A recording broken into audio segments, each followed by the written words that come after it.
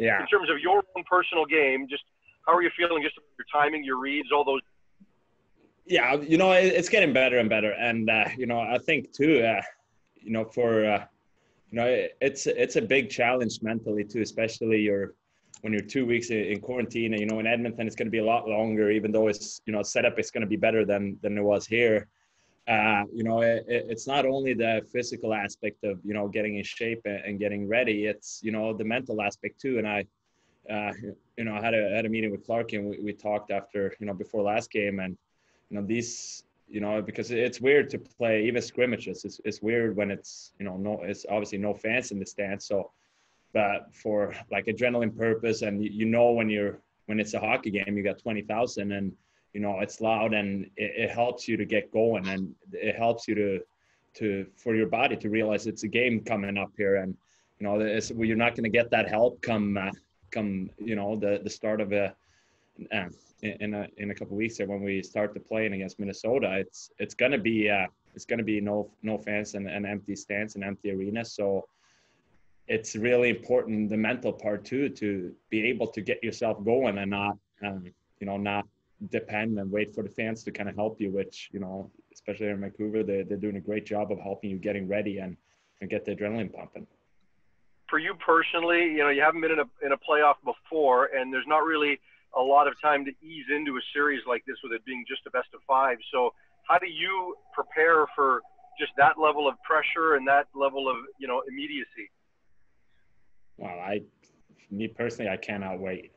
I've been waiting. I've waited a long time. I was backing up in Florida when we were in the playoffs, and I love these games. I love playoff hockey, even though I haven't been a part of it at this level. But it's my favorite hockey, and I can't wait. I'm so excited to get going, and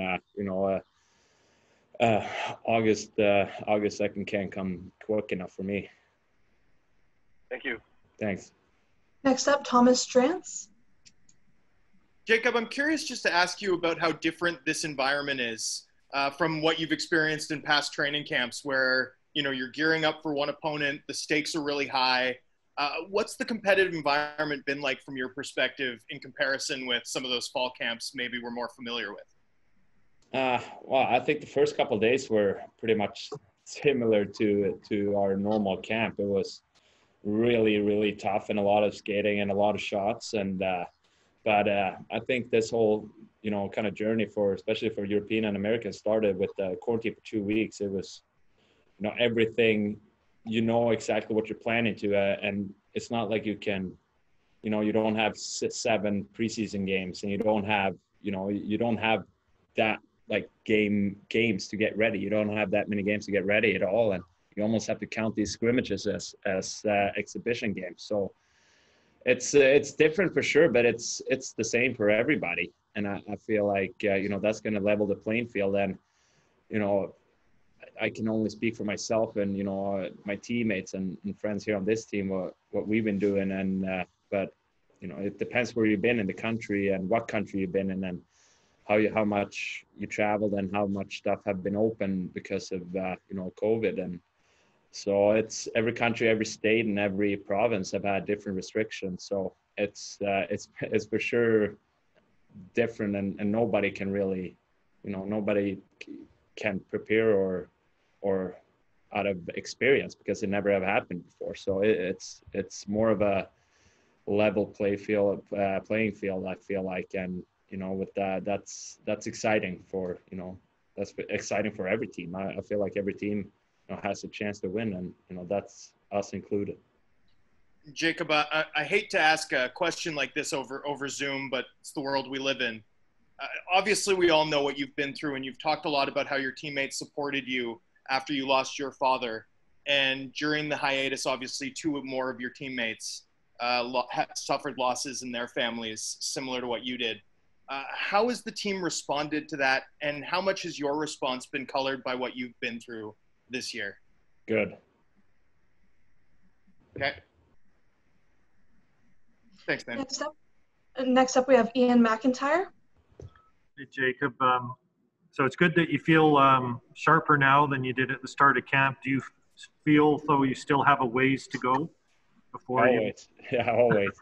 Always know me. I'm, never happy, never satisfied, and I feel like I took more steps today than I, have from the game and from yesterday. So that's what I love about this. Every day is new challenges, and you can build your game in so many different ways, just with small things that's going to help you improve during games. And that's what excites me, and that's why I get up in the morning and in a great mood, because I know there's challenges ahead, and that's what I love about this sport. And I think you're correct in saying that it's a level playing field for everyone. Do you think it's a fair thing? You talk about yourself waiting all this time to play a playoff game, and now you're going to get one exhibition game. Is that fair? Same for everybody, so it's fair. I feel like that's how you got to look at it. Yeah, it's not ideal for any team or any player, but I think that's what's exciting too, and I think that's what a lot of fans are excited about too.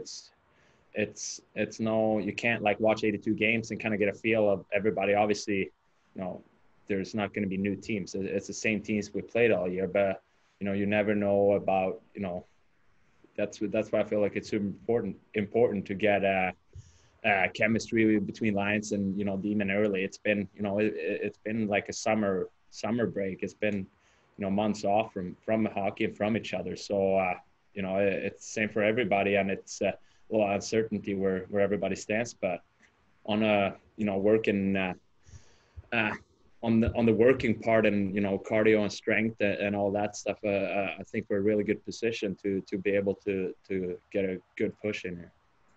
Thanks, Jacob. Thanks. Next up, we have Ben Kuzma.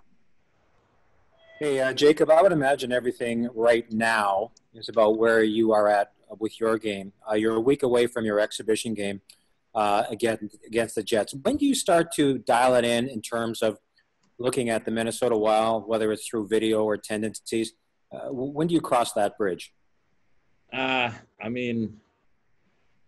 think that's already started a little bit. It's obviously right now I'm way more focused about my game and try to get that where it needs to be. But, the closer you get, the more you're going to look at the players. But like, I have a pretty good idea. Obviously, we played them a couple times. I played them in Minnesota a couple times and at home. So, the players, and I've been in the league for some years now, and they're good players, and the power play and all that stuff. But the closer it gets to the game, then I think the more video we're going to do, and more scouting. But I think the most important thing, especially in a situation like this, is to get yourself ready and put yourself in the best situation to be successful.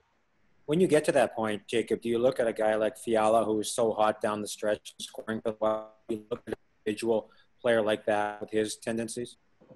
Yeah, he scored in the power play in Minnesota, high glove, and then he first shift a couple of weeks later, he scored high glove on me. So you think I would know, but yeah. You got to play hockey too. They don't. Right. That's why it's so fun for goalies. Is it's pretty much never the same shot or the same situation. It's always going to weigh very, very little bit. So you still got to play the game. You can't just start guessing out there, because when you start guessing, it's that's not a good.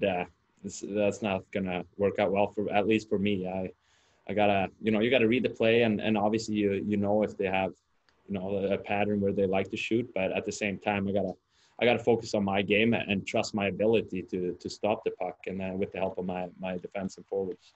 Thanks, Jacob. Thanks. The final question will come from Pete Jensen of NHL.com. Hey, Jacob, thanks for doing this. Just some of the storylines surrounding you. There's enough pressure in the playoffs normally, but your recovery from knee surgery, your contract status at the end of the year, the fact that you've never played in the playoffs before as well. How are you embracing all those different things, the challenge of boosting your stock, all these types of things, entering the playoffs, which is a total unknown right now? I'm doing fantastic.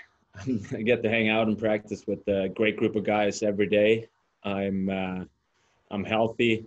I'm happy. I'm most of the times in a good mood, and I can't wait to start playing playoff games. going to be exciting. And I think the more the only pressure I feel is from myself and the goals I set for myself. So that's about it. And especially now too when it's a different with the media and all that stuff. I can't really read, so that's been great for me. And then I can't see you right now. I'm just looking in a computer screen, so that helps with that too. So it's for sure a lot different than it could have been, especially in the Canadian market with playoffs. You've seen in media locker rooms in previous years when they've been in the playoffs, the locker room is pretty much full of media, and we're not going to have that right now. And I think that's that's going to be good for our team. Nothing against you guys. You guys are doing your job and a great job most of the time. And it's just it makes it a little bit easier